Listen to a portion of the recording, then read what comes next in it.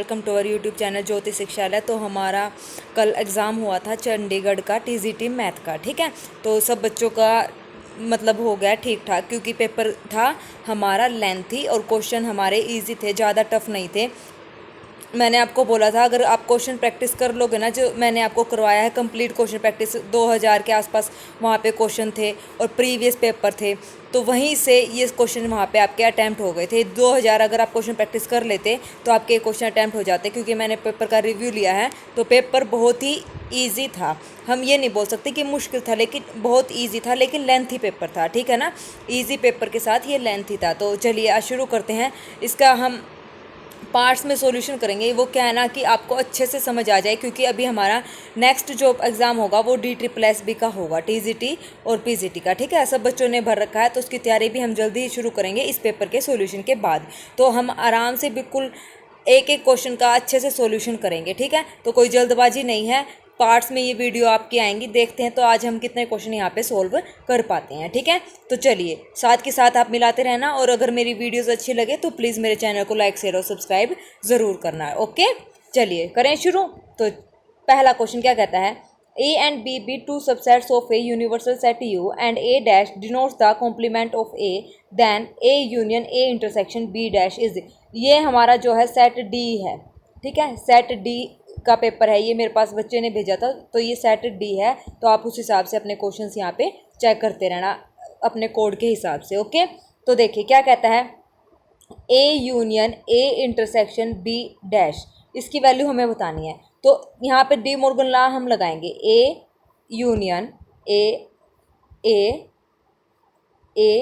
Union A intersection B का complement है, तो डी मॉर्गन लॉ से A कॉम्प्लीमेंट यूनियन इंटरसेक्शन बन जाएगा यूनियन B कॉम्प्लीमेंट, ठीक है। तो यहाँ से जब इसको सोल्व करेंगे तो ये हो जाएगा A यूनियन A कॉम्प्लीमेंट, फिर union A union B complement. A union A complement तो पूरा यूनिवर्सल सेट आ जाएगा, union A union B complement हमारे पास A आ जाएगा। यूनिवर्सल सेट के किसी भी सेट के साथ यूनियन करेंगे तो हमारे पास क्या आएगा, U, यानी कि फोर्थ ऑप्शन हमारा यहाँ पे क्या है, करेक्ट है, ठीक है। Next, the family of anti derivative of A this function is equal to, anti derivative का मतलब होता है इंटीग्रेशन, ठीक है। मैंने क्वेश्चन करवाए हुए हैं आपको, एंटी डेरिवेटिव का मतलब होता है इंटीग्रेशन, डेरिवेटिव का उल्टा, ठीक है। तो करिए इसका इंटीग्रेशन हम करेंगे। Integration A root x upon root x, मैंने क्या किया यहाँ पे, रूट एक्स को मैंने यहाँ पे टी पुट कर लिया, तो ये हो जाएगा 1/2 root x d x is equal to d t. तो यहाँ से हमारे पास क्या हुआ, इंटीग्रेशन A की power t upon 1/2 root x, यानी कि 2 यहाँ आ जाएगा और 2 इधर आएगा, तो डी एक्स की जगह हमारे पास 1/2 रूट एक्स डी एक्स की जगह आ जाएगा 2dt।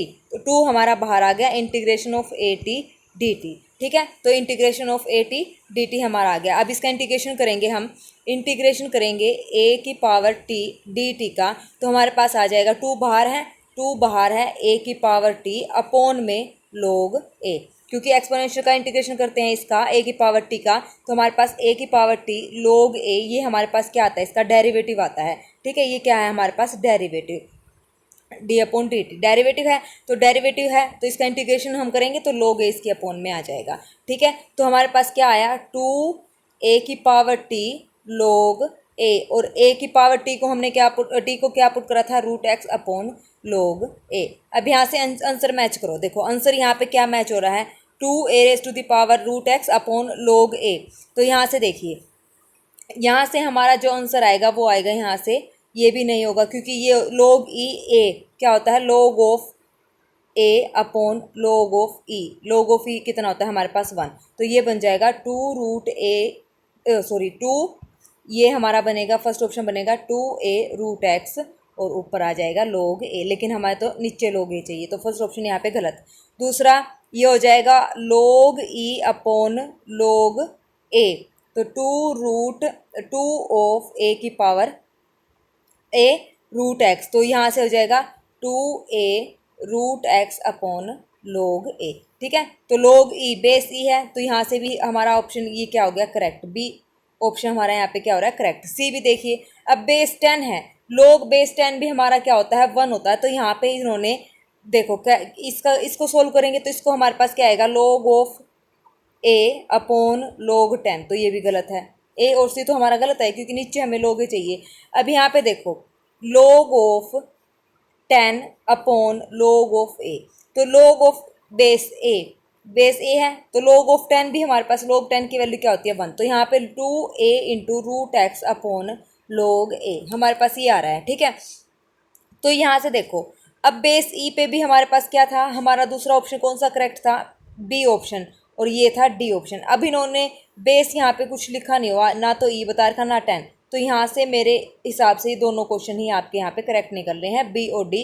बाकी जो ऑफिशियल आंसर की आएगी वहाँ से हमें पता चल जाएगा कि क्या आंसर यहाँ पे इन्होंने करेक्ट दिया हुआ है। तो बी और डी यहाँ पे करेक्ट है, क्योंकि इसका जब हमने वो करा था ना इंटीग्रेशन, तो हमारे पास 2 रूट ए एक्स अपॉन log ए वैल्यू आई थी। तो यहाँ से इसको भी करेंगे तो 2 रूट ए एक्स और ये हो जाएगा log ऑफ बेस ही हमारे पास कितना होता है 1 और नीचे आ जाएगा log ऑफ ए, तो इसका भी यही आ रहा है। और इसको खोलेंगे 2 ए की पावर रूट एक्स और इसका हो जाएगा log 10 अपॉन log ए, तो इसका भी बेस क्या है 1, तो ये हो जाएगा। दोनों ही यहाँ पे हमें यही आंसर दे रहे हैं इसका इंटीग्रेशन। ठीक है, तो मेरे हिसाब से इसका बी और डी ऑप्शन यहाँ पे करेक्ट होना चाहिए। देखते हैं बाकी मतलब ऑफिशियल की में बी दिया हुआ है या डी दिया हुआ है। ठीक है, तो यहाँ पे इसको आप स्टार लगा सकते हैं। मैंने आपको सॉल्यूशन बता दिया, स्टार इसलिए लगाना है कि बी और डी में से कोई एक यहाँ पे करेक्ट होगा, या क्या पता दोनों ही करेक्ट हों।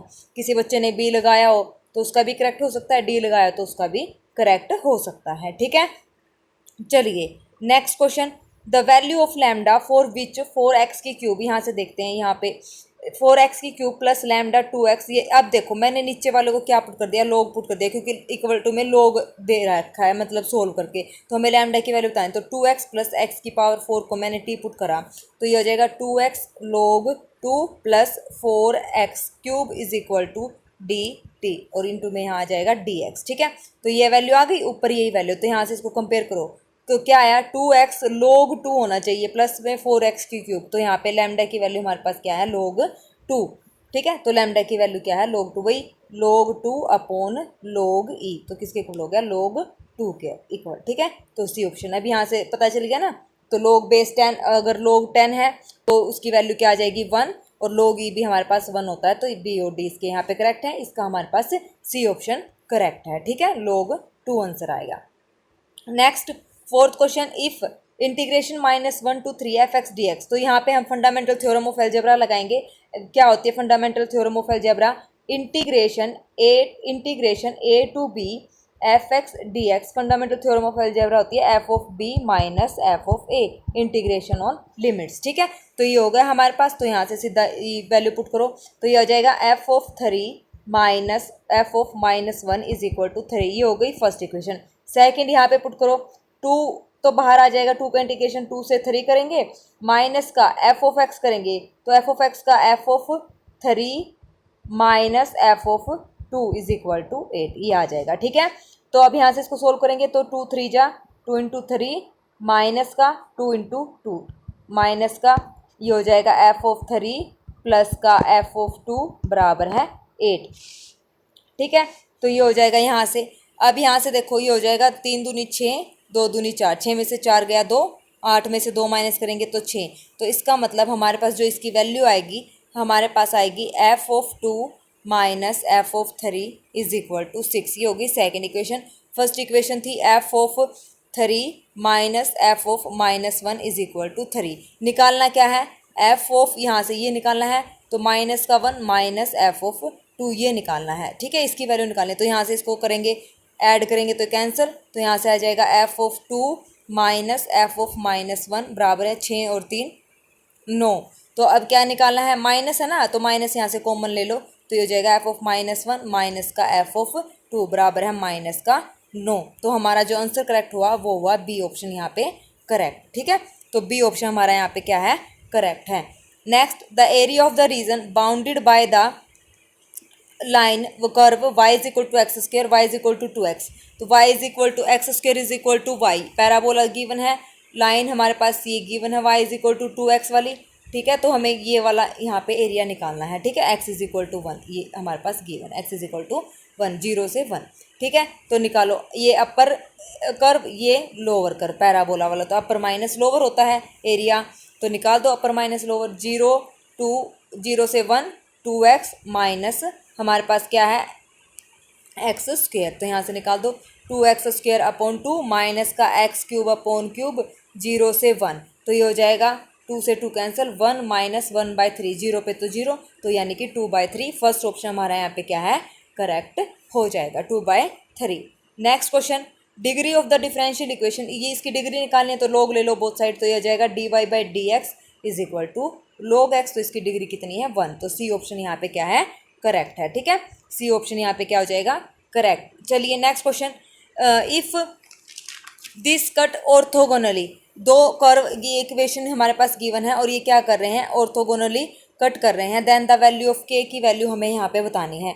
ऑर्थोगोनली कट का मतलब वो परपेंडिकुलर है, कर्व परपेंडिकुलर है, तो m1 m2 की प्रोडक्ट किसके इक्वल है, -1 के इक्वल है, तो यहाँ से निकालो 2y, क्या निकालो dy/dx, यहाँ से भी dy/dx, दोनों की प्रोडक्ट करो -1 के इक्वल रखो। तो पहले यहाँ से निकालेंगे dy/dx, हम निकालेंगे तो dy/dx जो हमारा यहाँ से आएगा वो आएगा -4x अपॉन 2y(k), ठीक है, इसको हमने नाम दे दिया dy1। ठीक है, यहाँ से dy2x निकालेंगे यानी कि m2 निकालेंगे, तो यहाँ से हमारे पास m2 की वैल्यू आएगी क्या, x/2y, डेरिवेटिव निकाल दिया, dy/dx की वैल्यू निकाल दी। अब इन दोनों की प्रोडक्ट करो और इक्वल टू -1 रखो, इन दोनों की प्रोडक्ट मैंने यहाँ पे करी और इक्वल टू -1 रखा, तो x/2y क्रॉस माइनस का 4x/2y(k) is equal to -1, minus से माइनस कैंसिल, तो ऊपर आ 2 दूनी 4 cancel, x²/y² is equal to k को मैं इधर ले आई, तो यानी कि हमारे पास x²/y² की वैल्यू हमारे पास क्या आ गई, k यहाँ पे आ गई है। ठीक है, k आ गई। अब क्या करना है, इस x²/y² is equal to k की वैल्यू को हमें यहाँ पे पुट करना है, इस k की वैल्यू को इस इक्वेशन में पुट कर दो, तो ये हो जाएगा 2x² प्लस x²/y² इंटू में y² इज इक्वल टू 27। ठीक है, तो यहाँ से क्या हो जाएगा, हमें x और y की वैल्यू चाहिए ना, k की वैल्यू हमारे पास क्या आई है, x²/y², तो x और y की वैल्यू निकल जाएगी तो k निकल जाएगा। ठीक है ना, तो k की वैल्यू मैंने यहाँ पुट करी, तो ये हो जाएगा 3x² is equal to 27, x² is equal to 27/3, तो हमारे पास x² की वैल्यू आ गई 27/3, x² की वैल्यू यहाँ पुट करो, तो 27/3 minus 2y² is equal to 1, तो यहाँ से हमारे पास माइनस का 2y² इधर, इसको इधर लिया है 1 माइनस 27/3 माइनस का 2y², तो ये हो जाएगा 3 माइनस का 27/3, तो यानी कि ये हो जाएगा माइनस का 2y² इज इक्वल टू 27 में से 3 माइनस करेंगे तो 24 माइनस का डिवाइड बाई 3, 3 अट्ठे 24 यानी कि 8, माइनस से माइनस कैंसिल, तो y² इज इक्वल टू 2 चौके 8 यानी कि 4 हमारे पास आ गया। ठीक है, y की वैल्यू 3 अट्ठे 24, ठीक है, तो y² की वैल्यू हमारे पास क्या आई, 4 आई। ये ठीक की है क्या हमने कैलकुलेशन, 7 में से 3 4, 5 6 7 4, ठीक है, तो y² की वैल्यू आ गई कितनी, 4। तो अब यहाँ से देखो x²/y² कितना है हमारे पास k, ठीक है, तो x² की वैल्यू कितनी थी 27/3, y² की वैल्यू है 4 यानी कि 4 × 3 = 12, ठीक है, तो 27/12, तो 27, 12 को भाग करो 27 से, तो 12 × 12 दूनी 24, 7 में से 4 बचा तो 3, उतारा 0 पॉइंट, 12 दूनी 24, 12 3 36, 2.2, तो यानी कि सी ऑप्शन हमारा यहाँ पे क्या हो गया, करेक्ट हो गया। ठीक है, तो सी ऑप्शन हमारा यहाँ पे क्या है, करेक्ट हो गया, क्योंकि 2.2 तो इसी ऑप्शन में है, तो सीधा सी ऑप्शन हमारा यहाँ पे के की वैल्यू हमारे पास क्या आ गई, सी ऑप्शन 2.25 आया समझ में। तो x क्या करना है, dy/dx आपने निकालना है, m1 m2 की वैल्यू आ जाएगी, इसको -1 रखना है, तो वहाँ से k की वैल्यू जो आएगी उसको इन इक्वेशंस में पुट करके हमें x और y की वैल्यू निकालनी है, x² y² की भी निकाल लो क्योंकि k की जिस फॉर्म में आएगी वही निकालनी है, तो फिर लास्ट में x और y की वैल्यू यहाँ पे रख देंगे, तो x² की वैल्यू यहाँ पे रख के तो k की वैल्यू आ जाएगी सी ऑप्शन 2.25। ठीक है, चलिए next, the equation of the director circle of hyperbola, सबको पता है equation of director circle hyperbola की क्या होती है, x² + y² is equal to a² minus b², तो x² + y², तो x² + y² is equal to a² + b², ये हमारे पास होती है इलिप्स की, ये ध्यान रखना, ये इलिप्स की, इलिप्स में आता है प्लस और हाइपरबोला इसमें आता है हमारे पास माइनस, तो क्या आ जाएगा हाइपरबोला में एक्स, इसको पहले सोल्व करो, एक्स स्क्र बाय 9 माइनस का y square by 8 is equal to 1। तो ये हो गया ए स्क्र, ये हो गया हमारे पास बी स्क्र। तो यहाँ से निकालो x square plus y square, क्या फॉर्मूला था, a square minus b square, 9 minus का 8 यानी कि 1। तो फर्स्ट ऑप्शन हमारा यहाँ पे क्या है, करेक्ट है, x square plus y square is equal to 1। जिस बच्चे ने फॉर्मूला पीडीएफ लिया था वहाँ से उनको बहुत हेल्प मिली है, अगर उन्होंने फॉर्मूला पीडीएफ अच्छे से पढ़ा होगा तो, ठीक है। फॉर्मूला बेस्ड क्वेश्चन भी थे। नेक्स्ट, द इलिप्स हमारे पास गिवन है, shifted 3 unit to the right and 2 unit up, मतलब 3 यूनिट तो उसने आगे की तरफ चलाया, मतलब यहाँ पे है, अगर वो इलिप्स यहाँ से ऐसे बन रहा है तो उसको 3 यूनिट 1 2 3 यहाँ पे इसको शिफ्ट कर दिया ऐसे, ठीक है। और ऊपर की तरफ 2 यूनिट ऊपर की तरफ, दो यहाँ से 2 यूनिट ऊपर की तरफ ऐसे शिफ्ट कर दिया, ठीक है। तो वो ऐसे शिफ्ट हो गया। उसके बाद न्यू इलिप्स बताना है, न्यू इलिप्स की फोकस क्या आएगी वो हमें बतानी है। बहुत ही ईजी क्वेश्चन है ये, मैं आपको बताती हूँ कि कैसे होगा। देखो पहले इसको जनरल सिंप्लीफाई सोल्व करो, ये हो जाएगा एक्स स्क्र बाय 16 प्लस y square by 9 is equal to 1, ठीक है। ये हो जाएगा हमारे पास, यहाँ पे जो इसका सेंटर है वो क्या है, 0 0 है, ठीक है। इलिप्स का जो सेंटर बना वो क्या बना, 0 0। अब क्या बनेगा, उसने क्या बोला, शिफ्ट कर दिया 3 यूनिट टू द राइट, तो 3 यूनिट और 2 यूनिट अप, तो 2 यूनिट ऊपर की तरफ, ठीक है। ऊपर की तरफ वाई एक्सिस, 3 यूनिट राइट की तरफ एक्स एक्सिस ऐसे बढ़ा है, तो सेंटर हमारे पास हो गया 3,2, ठीक है। ए स्क्र की वैल्यू हमारे पास यहाँ पे क्या है 16, बी स्क्र की वैल्यू क्या है 9, ठीक है। अब जो नई फोकस होगी ये हमारे पास 2 पॉइंट मान लिए, एच डैश और के डैश, ठीक है। के डैश तो सबको पता है, यहाँ पे क्या है, ये जो पॉइंट शिफ्ट किए हैं 3 और 2, लेकिन जो एच डैश है क्योंकि वो सेंटर की तरफ से खिसका है ना, तो मान लो ये सेंटर है तो 3 यूनिट वो राइट की तरफ खिसक गया, यानी कि सेंटर में चेंज आ गया।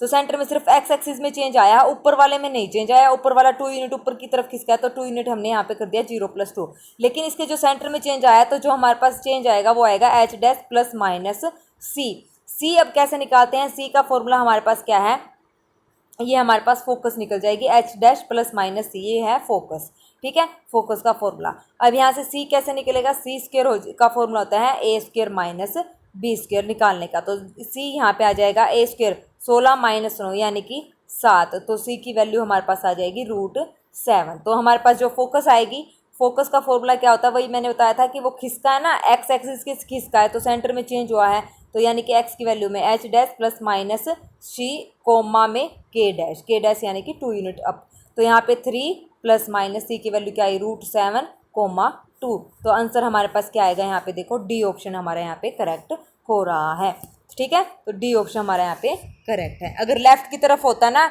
तो माइनस का 3 हो जाता है ये, ठीक है ना, अभी राइट की तरफ है तो प्लस का 3 चेंज हुआ है। आया समझ में। चलिए नेक्स्ट क्वेश्चन, किसी भी क्वेश्चन में कोई डाउट लगे तो आप कमेंट करके पूछ सकते हैं, फिर उसको हम नेक्स्ट क्लास में दोबारा डिस्कस कर लेंगे, ठीक है। मैंने मेरी तरफ से बहुत ही अच्छा आपको कंटेंट यहाँ पे देने की कोशिश करी है ताकि आपको अच्छे से समझ आ जाए। अगर किसी क्वेश्चन के ऑप्शन में अगर आपको कोई लगे कि मैडम ये ऐसे नहीं ऐसे होना था तो आप बेझिझक यहाँ पे बता सकते हैं, ठीक है। बाकी मैंने पूरा ध्यान रखा है कि कोई गलती आप पे ना हो समझाते वक्त, ठीक है।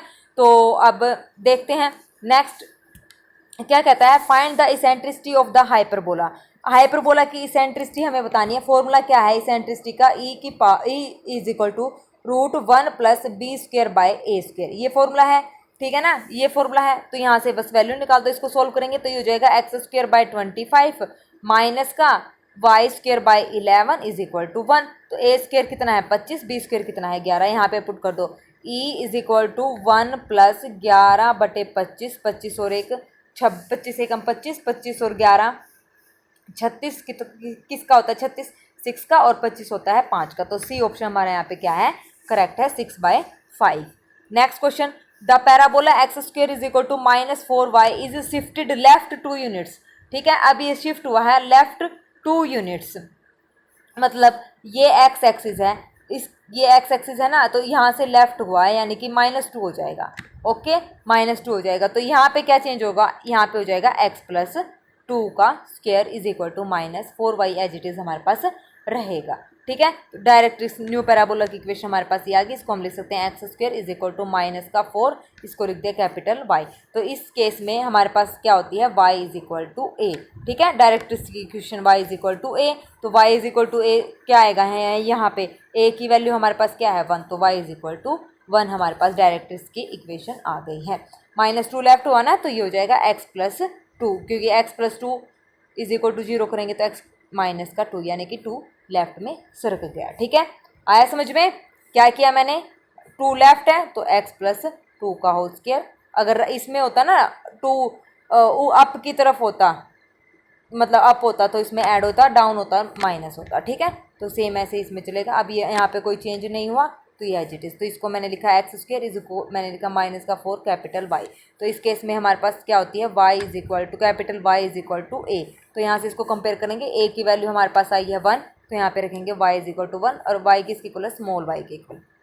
तो हमारे पास बी ऑप्शन यहाँ पे क्या है, करेक्ट है। ठीक है, बी ऑप्शन हमारे पास क्या हो जाएगा, करेक्ट हो जाएगा, क्योंकि x square minus 4y parabola कैसे बनेगा, डाउनवर्ड बनेगा। ठीक है ना, डाउनवर्ड। तो यह हो जाएगा y is equal to 1, B हमारा ऑप्शन यहाँ पे करेक्ट हो जाएगा। ठीक है, चलिए next question, find the limit of the sequence. ये क्वेश्चन में मुझे डाउट लग रहा है, क्योंकि इसका आंसर इन्होंने ये गिवन है तो मेरा अब यहाँ पे 1 निकल रहा है। तो बाकी मैं इस पर अभी देखूंगी कि इसको कैसे करें, क्या किस मेथड से इसको कर सकते हैं। अगर ये हो गया तो ठीक है, नहीं फिर यहाँ पे ये क्वेश्चन यहाँ पे इन्होंने रोंग दे रखा है, इसके ऑप्शंस यहाँ पे क्या है, रोंग है। बाकी आंसर के आने के बाद पता चलेगा। अगर ये मेरे से सोल्व हो जाता है तो नेक्स्ट वीडियो में मैं आपसे ये जरूर डिस्कस करूँगी। ठीक है, तो इसको स्टार लगाइए। ये समझ नहीं आ रहा है इसकी स्टेटमेंट गलत है या इसके ऑप्शन गलत हैं, क्योंकि जब सोल्व कर रहे हैं तो आंसर मैच नहीं हो रहा है। ठीक है, तो इसको आप यहाँ पे स्टार लगाइए। Next, if limit a n is equal to c, अगर कोई भी सीक्वेंस है, सीरीज़ है, अगर उसकी लिमिट हमारे पास कांस्टेंट है तो वो सीरीज़ हमेशा क्या होती है, कन्वर्जेंट होती है। ये रिजल्ट है। ठीक है, रिजल्ट ये क्या है, कन्वर्जेंट सीरीज़ है हमारे पास। The radius of convergence, radius of convergence का फॉर्मूला होता है 1/r is equal to limit n approaches to infinity mod of a n plus 1 divided by a n. ठीक है, तो यहाँ से निकालो ए एन प्लस 1 कितना आ जाएगा, एन की जगह एन प्लस 1 रखो तो ये हो जाएगा 1/r is equal to limit n approaches to infinity x की पावर 2n प्लस 3 हो जाएगा ना, एन की जगह एन प्लस 1 रखा, divided by n plus 1 factorial, और ए एन था ना तो एन फैक्टोरियल अपॉन एक्स की पावर 2n इंटू एक्स, मैंने अलग अलग कर लिया तो यहाँ से ये कैंसिल हो जाएगा। तो ये हो जाएगा एन फैक्टोरियल, ये हो जाएगा n plus 1 into n factorial, ये मोड है इधर, और यहाँ पे एक्स की क्यूब बचा, इससे कैंसिल। तो ये हो जाएगा हमारे पास 1/r, एक्स की क्यूब मैंने बाहर निकाला, limit n approaches to infinity, यहाँ बचा मोड ऑफ 1/n प्लस 1, यहाँ पे वैल्यू पुट करेंगे तो ये हो जाएगा 0, और यहाँ हो जाएगा एक्स का क्यूब, तो 1/r, तो 1/r आ गया 0, तो रेडियस कितनी आ गई, 0 का उल्टा इन्फिनिटी, तो यानी कि r इज इक्वल टू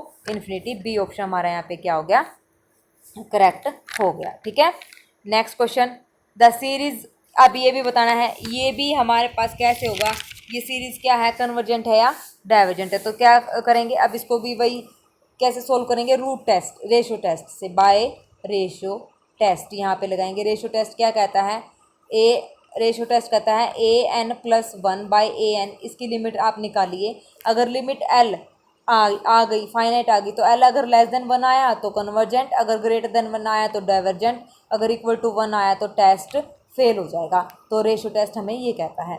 तो अब लिमिट निकालो, इसकी लिमिट निकालो, ए एन प्लस 1 निकालो पहले, तो रेशो टेस्ट है ये a n plus 1 by a n, limit n approaches to infinity, ये निकालो। तो यहाँ से आ जाएगा, ये हो जाएगा एन प्लस 1 रूट 2 बाय में 2 की पावर n प्लस 1 इंटू में 2n और n रूट 2, तो 2n से ये 2n कैंसिल, नीचे ऊपर से n रूट 2 कॉमन ले लो, तो n रूट 2 से तो ये n रूट 2 कैंसिल हो जाएगा, मतलब n रूट 2 यहाँ से मैंने कॉमन ले लिया।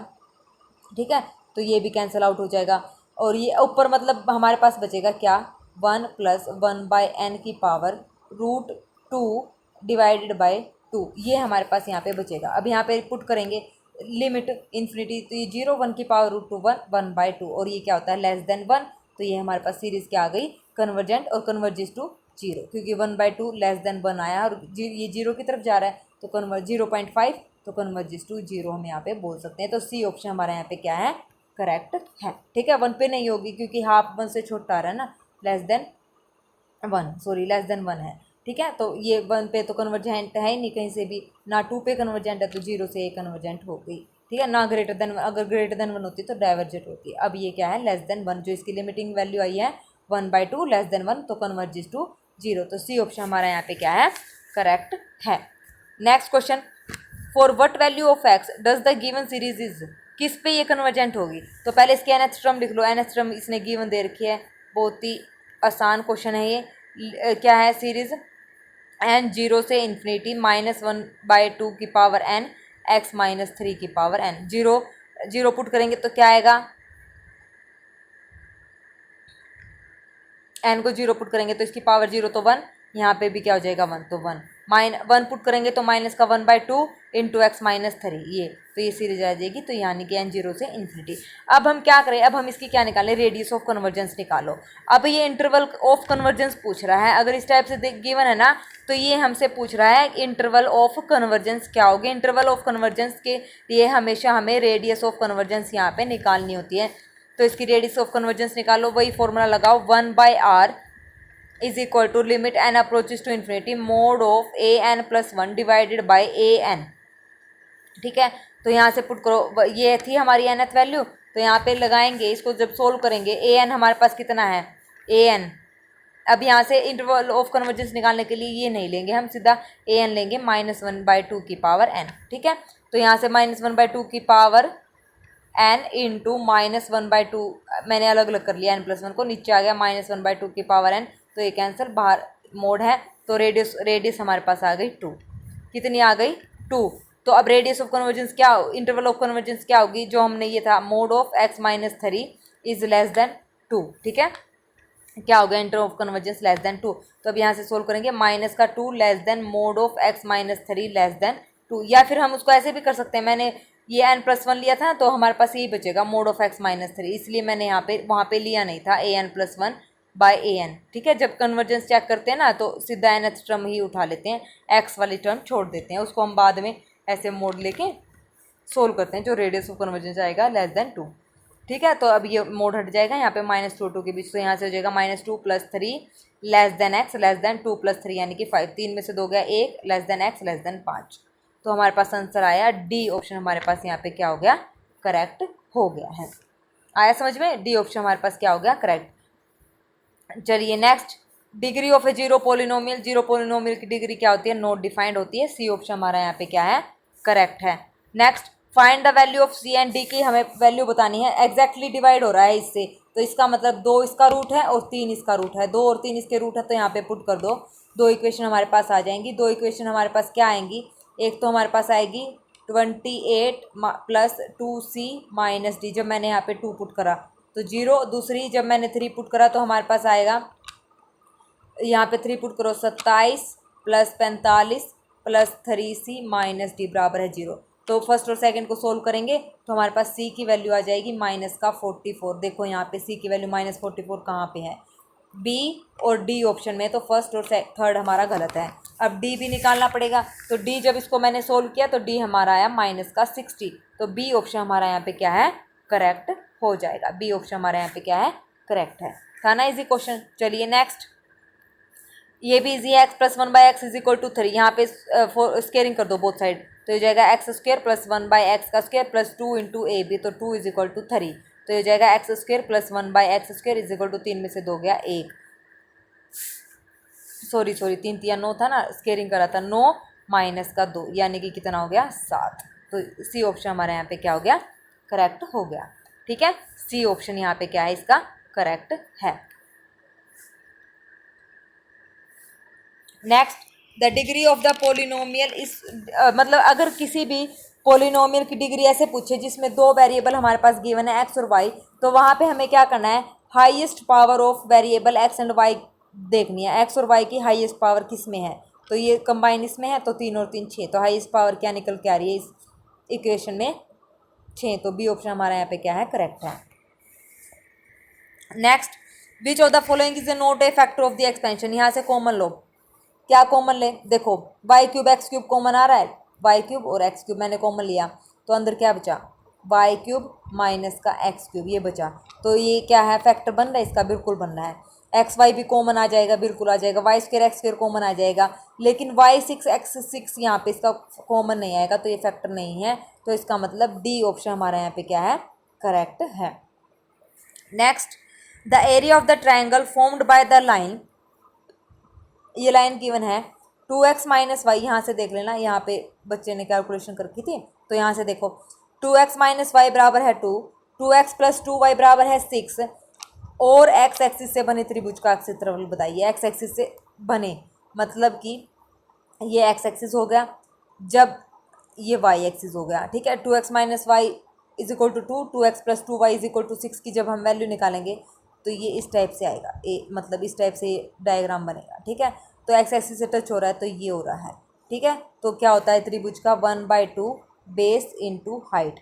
तो यहाँ पे जब हम पॉइंट निकालेंगे तो यहाँ पे पॉइंट निकलेगा एक तो 1 और ये यहाँ निकलेगा 3 और ये इसके जो इंटरसेक्शन पॉइंट आएंगे यानी कि इन दोनों को सोल्व करेंगे x और y की वैल्यू आएगी 5/3 और 4/3। तो 1/2 बेस कितना है यहाँ पे 2 इंटू हाइट कितनी है, हाइट ये हाइट 4/3, तो 2 से 2 कैंसिल, तो आंसर कितना आया 4/3। तो सी ऑप्शन हमारे यहाँ पे करेक्ट है, ठीक है। एक्स एक्सिस के साथ बोला था तो ये हो गया करेक्ट, ठीक है ना। ये बॉक्स बना के जैसे छोटी क्लासेस में सोल्व करते थे, कैसे 2x माइनस वाई बराबर है 2, तो यहाँ से हमारे पास 2x is equal to 2 plus y, तो ऐसे बॉक्स बना के दो पॉइंट आप निकाल सकते हैं x और y, ठीक है। तो इस टाइप से हमारे ये डायग्राम बनेगा। बेस इंटू हाइट वाला यहाँ पे फॉर्मूला लगाना है, तो सी ऑप्शन हमारे यहाँ पे करेक्ट हो जाएगा 4/3।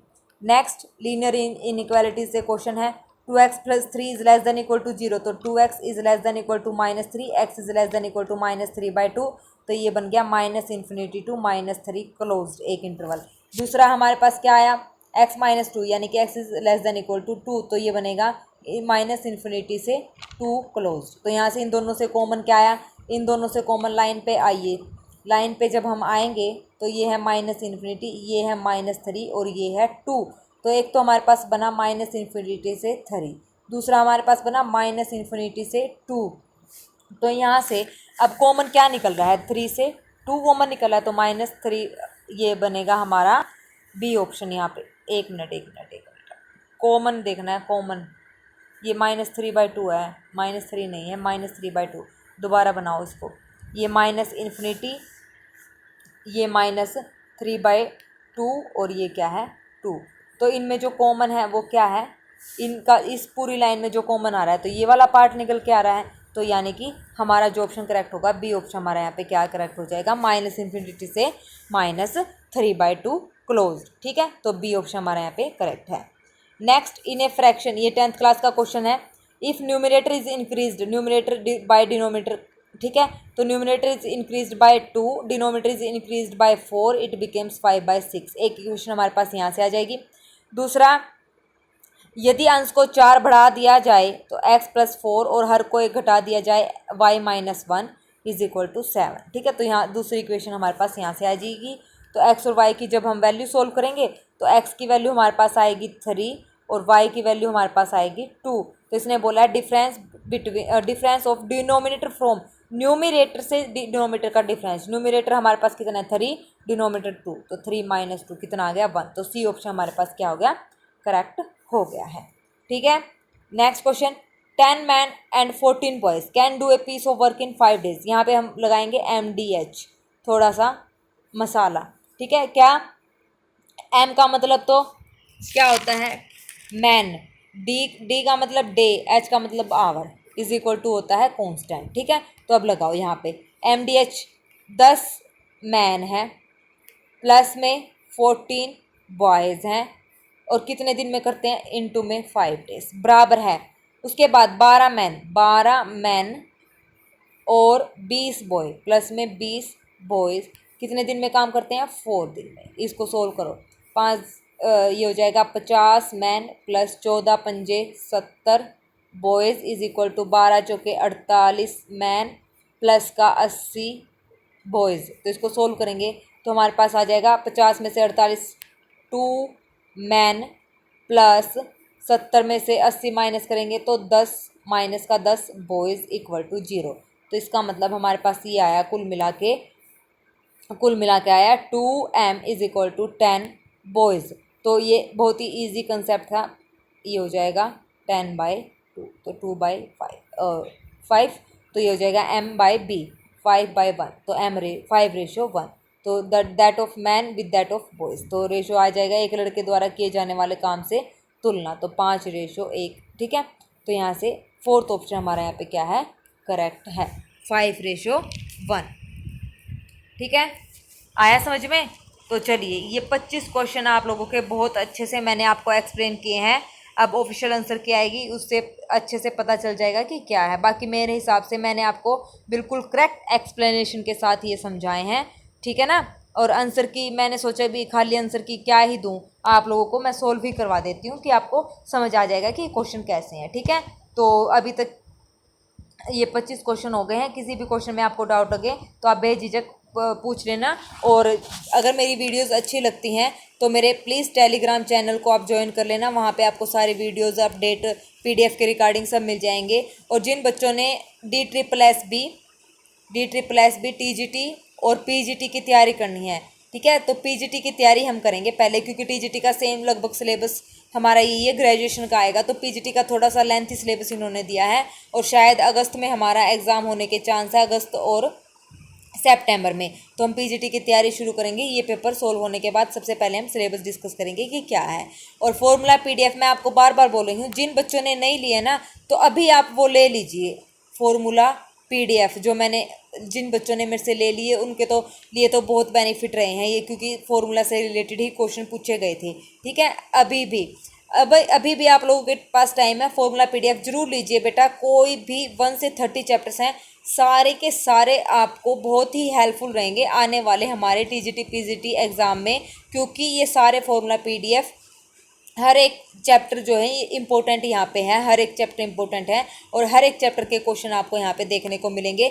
जिन बच्चों ने नोट्स लिए थे उनको अच्छे से पता है कि जो पेपर में आए हैं क्वेश्चन, नोट्स में से भी फॉर्मूले से रिलेटेड पूछे गए हैं। तो यहाँ पे कोई नुकसान वाली बात नहीं है कि हम पैसे लगाएंगे और हमें यूज़ नहीं आएंगे। ये बहुत ही आपको यूज़फुल रहेंगे। और हमारा जो STET का एग्ज़ाम है वहाँ पे भी ये कंप्लीट मतलब आपको हेल्प देंगे, HTET KVS MEMRS DSSB। तो अभी आप यहाँ पे ये ले लीजिए, उसका प्रिंट आउट निकाल लीजिए और अच्छे से उसको तैयारी कीजिए, या खुद से आप लिख लीजिए। हैंड रिटन आपकी प्रैक्टिस भी हो जाएगी और नोट्स भी आपके तैयार हो जाएंगे। लगभग 180 पेजेस हैं। जिन बच्चों ने एग्जाम से पहले नहीं लिए थे वो बच्चे अब यहाँ पे इसको पेड कर सकते हैं। जल्दी ही आपको DSSB के नोट्स भी ऐसे ही मैं प्रोवाइड कराऊंगी जैसे इसके बना रखे हैं मैंने फॉर्मूला PDF। तो ग्रेजुएशन के टॉपिक्स के भी जितने भी हमारे फॉर्मूलाज निकल के आएंगे, थ्योरम्स निकल के आएंगी, क्योंकि ज़्यादा गहराई से DSSB नहीं पूछता, ओनली ग्रेजुएशन में बेसिक्स क्वेश्चन ही पूछता है। तो अच्छे से नोट्स आपको तैयार करके, जैसे फॉर्मूला PDF की शॉर्ट ट्रिक आपको दी है वैसे ही ग्रेजुएशन की सारी थ्योरम्स हर एक चैप्टर की, हर एक मैथ की आपको वहाँ पे मिल जाए। ठीक है, तो मेरा टेलीग्राम चैनल ज्वाइन कीजिए। अगर मेरे चैनल अच्छा लगता है तो अपने दोस्तों से शेयर कीजिए और अच्छे प्लीज़ कमेंट कीजिएगा। अगर मेरी वीडियो अच्छी लगे तो प्लीज़ एक कमेंट जरूर ड्रॉप करना। ठीक है, तो बाकी कल करते हैं हम नेक्स्ट क्वेश्चन देखते हैं। मैं जल्दी करूँगी, कोशिश करूँगी कि 2 से 3 दिन में आपका ये कवर अप हो जाए। तो 25 क्वेश्चन हमने कर लिए, टोटल 100 क्वेश्चन है। ठीक है, तो कोई टेंशन वाली बात नहीं है, सारे ही क्वेश्चन मैं आपको यहाँ पे सोल्व करवाऊंगी। ठीक है, तो चलिए प्लीज़ एक कमेंट जरूर ड्रॉप करना अगर आपको वीडियो अच्छी लगे तो। ओके, तो all the very best upcoming exam जो हमारा DSSB उसके लिए और आपके चंडीगढ़ वाले रिजल्ट के लिए भी। ठीक है, तो मेरी शुभकामनाएं आप लोगों के साथ हैं, ऐसे ही जुड़े रहिए और अपने दोस्तों को भी बताइए मेरे चैनल के बारे में। तो आज के लिए बस इतना ही। Thank you very much, have a nice day.